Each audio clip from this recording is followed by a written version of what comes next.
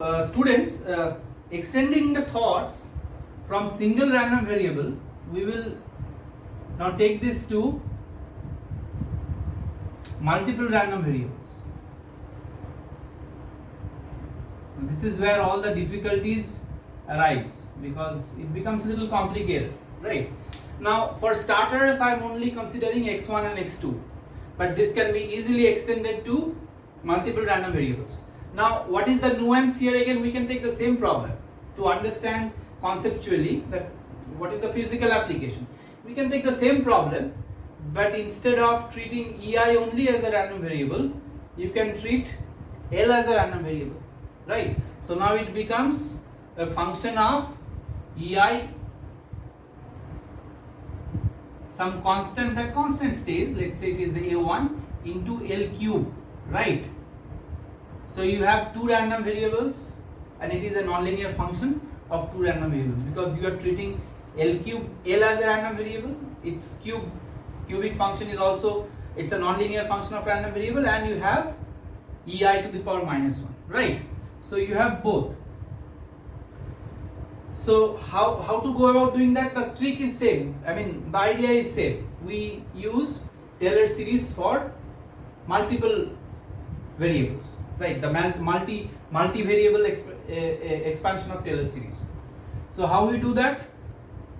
In following the same steps, I will write it as y is equal to g of mu1 mu2.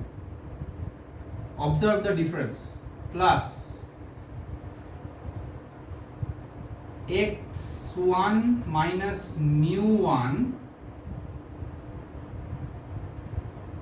del, now this will be partial derivative. Why? Because it is a function of many variables. So I will use the word del or do, it means the same.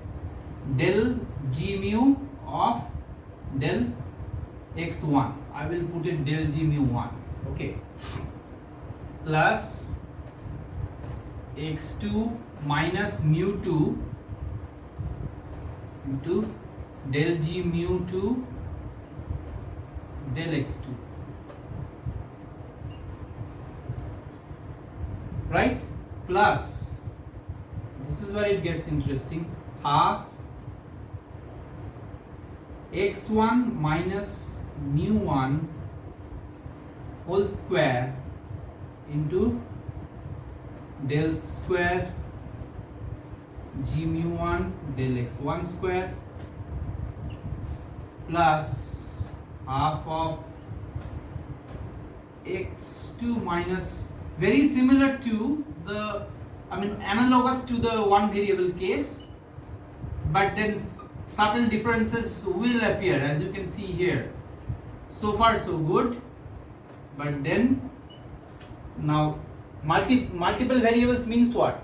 I mean two variables means there will be an interaction, like there will be correlation, there will be an association. So in order to bring that association, so far there is no association between x1 and x2, not good. In order to bring that, what we do is we have x1 minus mu1, another term, into x2 minus mu2 into del 2g of del x1 del x2, again evaluated at mu1 mu2. Well, all the functions will be evaluated at mu1 and mu2. So I was not correct in just writing mu. I should have written mu1 or mu2. I should have, it's a function of both the variables, right? So cherry picking mu1 or mu2 is not correct. So it will be del g mu, everywhere del g mu. Just don't put those subscripts 1 and 2, that will not be correct. This is correct because it is always evaluated at mu1 and mu2, right? Now this is a little daunting expression, daunting for you to understand and daunting for me to write because of this small whiteboard. Now if I were to find out the expressions for mean, now first order mean is simple.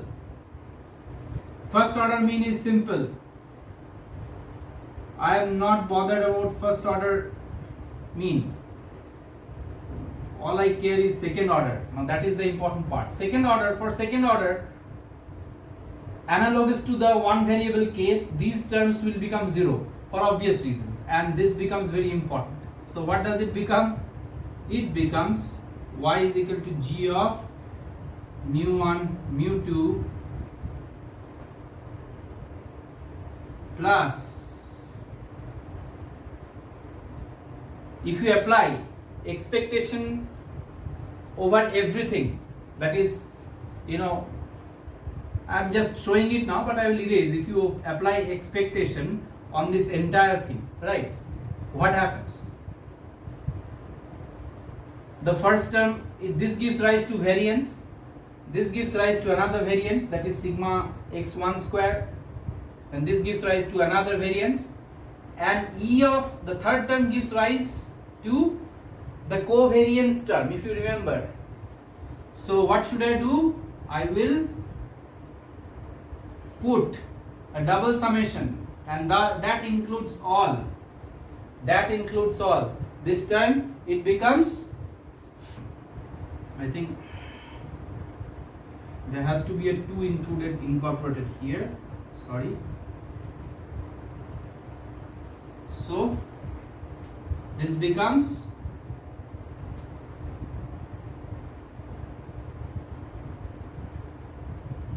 covariance of, for two variable case, this is I is equal to 1 to 2, j is equal to 1 to 2, but we will quickly generalize it for many variable cases.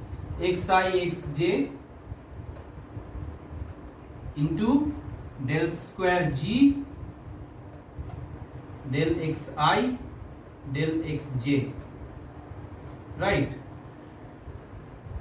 Now satisfy yourselves that this covers all the possibilities. Now what happens if I becomes equal to j? If I is equal to j, covariance of xi comma xi means what? It is simply the variance, so you get this term.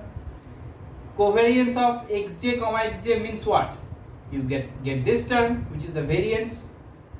And lastly, of course, if I is not equal to j, then you get this third term, this term. So this double summation, it covers all the possibilities. So if I were to extend this for n variables, then it would become y is equal to g of mu1 up till mu n, right, plus then 2 goes away, and it becomes rho ij. Now this can be written as rho ij sigma xi sigma xj into del square g del xi del xj. Now don't get surprised because I have written this, because if you expand this exactly gives you back this, right? There is no difference between this and that. So here what I can do, I can relax this and put the limits between 1 to n. So rho xij sigma xi sigma xj into del square g del xi del xj. Now one trick question. If there is no correlation, if we still have the multivariate case but the correlation coefficient is 0, that is multivariate independent random variables, then what happens to this? Think about it. I am not going to give you the answer, but the answer lies somewhere in this expression. You just need a pair of hawk's eyes to look deeply into this expression and figure out what will happen if rho ij is 0. Just don't substitute rho ij equals to 0 here, because that will give you a wrong answer. You have to search it here.